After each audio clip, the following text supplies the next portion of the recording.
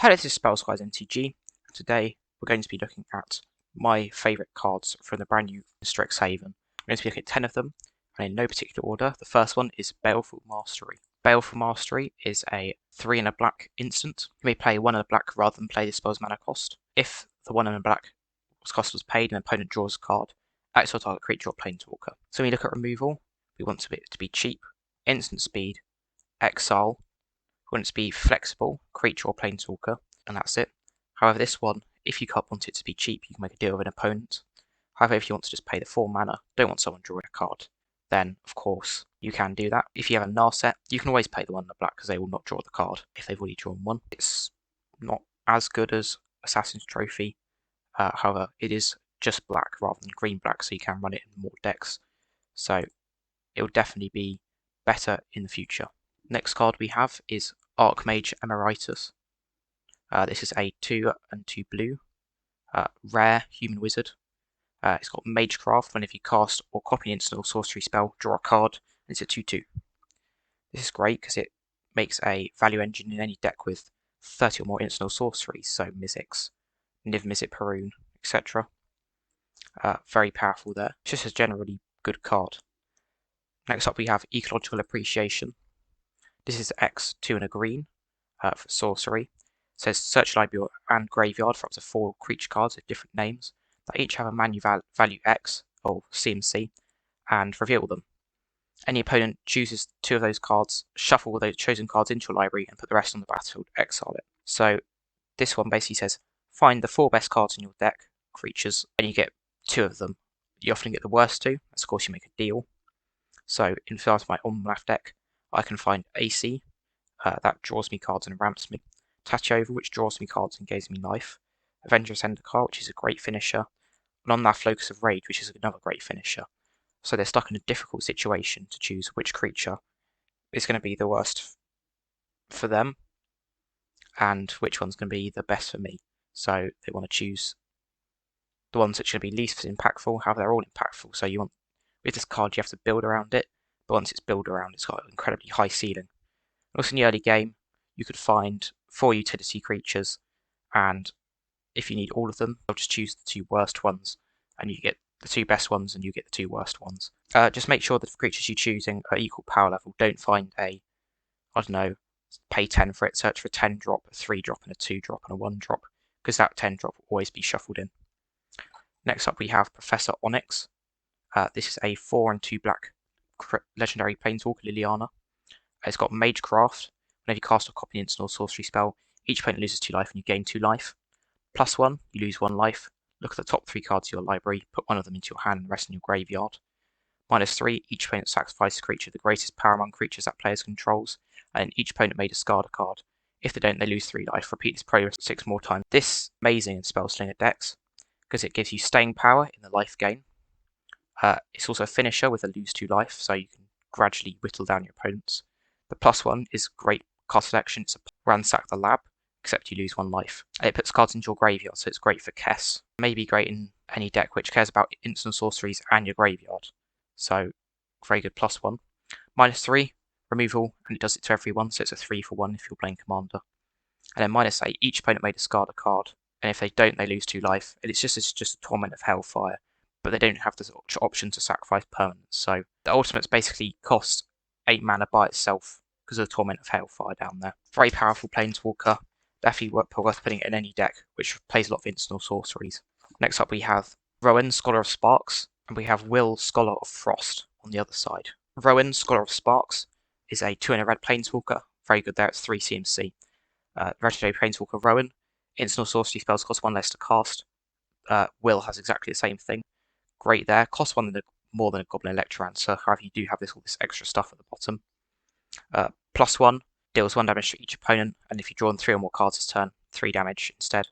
And then -4, you get an Emblem. Whenever you cast an instant or sorcery spell, you may pay 2. If you do copy that spell, you may choose new targets for the copy. And then Will as +1. Up to 1 target creature has base power and toughness 0/2 to end of turn. -3, draw 2. And then -7, exile up to 5 target permanents for each permanent exile this way. Its controller creates a 4/4 blue red elemental creature token. This card just speaks flexibility. Both of them make your instant sorcery spells cost less, In my opinion, Rowan's the better side of this because of the cheapness of it, because it can slowly whittle down your opponents starting from turn 3, and the ultimates take 3 turns to get to, and you can copy up some of your large spells like extra turn spells, Comet Storms and things like that. Will is good, better in the end game, definitely, because it's removal. The ultimate's also removal. Ultimate's a bit lackluster considering it takes the 4th turn to get there. -3 you draw 2. So it's just generically a very powerful card. Same with the other side. So these two together are just incredibly good because they're flexible. Both of them make your instant sorcery spells cost less. If you want removal, you go for Will. If you want to whittle down your opponents, you choose Rowan. And also, these both do work with Doubling Season, which is quite important as well, as you'll be able to play them and use Doubling Season instantly or similar effects like that. Top, you have Culling Ritual. This is 2, a green and a black. It's a sorcery. Destroy each non-land permanent with mana value 2 or less. Add black or green for each permanent destroyed this way. If your deck creates a load of tokens, like Corvold, Izoni, Thousand Eyed, Merrin even, any green-black deck which just makes more than usual tokens, you're going to make a lot of mana of this, and you'll be able to play something large out like an Eldrazi, Lord of Extinction, a Finisher, Avenger of Zendikar, things like that. As Commander's getting faster, more and more cards go into that CMC 2 or less, so over time this card's going to get better and better, as you'll be able to wipe the board full of ramp spells and stuff like that. Mana used to be 3 CMC, but now it's gone down to 2 CMC, so anyone playing Mana Rocks is going to get affected by this, and you're going to get mana, as well as wiping it away as well. Because of course, if you've got tokens, then you can stupid amount of mana with this, and it's very good, as it costs 4 CMC. If it didn't have the mana thing there, it would be awful, but because you get the mana, I think it's very good. Definitely worth playing in any deck that runs tokens, wants to wipe the board a lot. Next up, we have Double Major.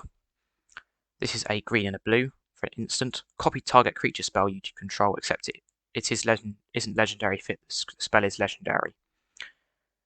This is amazing because you can copy any creature spell. Dragons, sea monsters, combo pieces, anything with enter the battlefield abilities, you're just going to double it up. If let's say you copy an Avenger of Zendikar, you get double the amount of tokens, double the amount of plus and plus on counters on there. Very high ceiling. And in the early game, on turn 4, you could copy Incubation Druid, copy it, and you've got 2 Incubation Druids there. It's just very good, very cheap, and probably worth putting in any deck that runs a lot of creatures in the green and blue colours.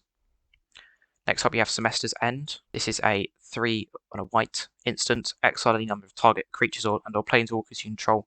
You bring for next end step. Return each of them to the battlefield under known as control. Each of them enters the battlefield with an additional plus and plus on counter if it's a creature, an additional loyalty counter if it's a planeswalker. This is Eerie Interlude. It costs 1 more, but you get the counters and the loyalty counters. This is brilliant because it's protection in any creature deck, Super Friends deck. You exile them, dodge a board wipe, and you just get them back again. Reuse any ends to battlefield abilities if you have any of those. Definitely very good in Blink, like I just said. Very good in any creature deck, just to protect your army. Someone wipes the board, you keep all your creatures, and then everyone else has got nothing to block all your creatures. Next we have Auric Law Mage. This is 2 and 2 black for a creature, human, warlock. Tap it, search your library for a card, put it into your graveyard, then shuffle. If it's instant sorcery, I'd put plus and plus on counter on it. It's a 3/3. This is good in any deck that cares about graveyards. So, Kethis, Muldrotha, cast Distant Mage, or Realm of the Dead Tide. So you can tap it, search for anything you want, put it in your graveyard, reanimate it, etc. And it's repeatable as well, so you can keep on doing this turn after turn. And the instant sorcery side's only relevant in Kess, really, as the other decks really want permanents, creatures, etc. Kunz is a sorcery for 1 and a green. Search library for a basic land card, put it on the battlefield tapped, then shuffle. That land becomes a 0/0 green and blue fractal creature. That's still a land. Put a plus and plus on counter on it for each land you had enter the battlefield under your control this turn. So this is a rampant growth which is better in some metas but worse in others. If your meta still runs a lot of board wipes, this isn't very good because when they board wipe, you lose your land which you got. However, if your deck's got little board wipes, which the general average meta is running into, where they're running less and less board wipes over time, this will get better.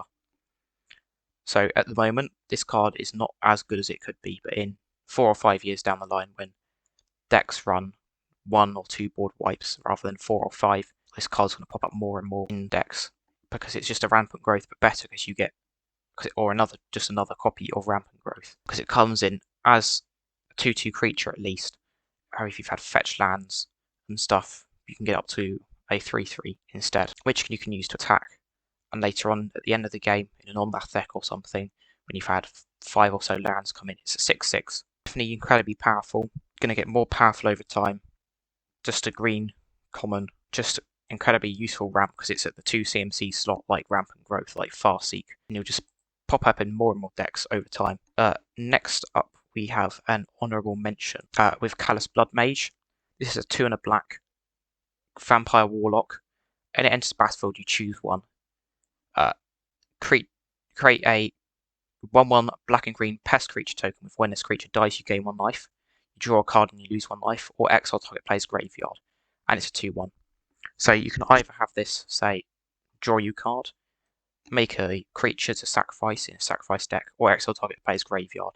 It's just a huge amount of utility. I'll probably put this in my Endrick Sar deck because you can use it for the token, for the card draw, or for the graveyard exiling, as graveyard decks are very powerful and you have to be able to answer them in some way, shape or form. So we have the vampire in there to exile the graveyard when you need it, and if you don't need to exile your graveyard, someone's graveyard, because then there's no graveyard decks, you can do one of the other 2 options.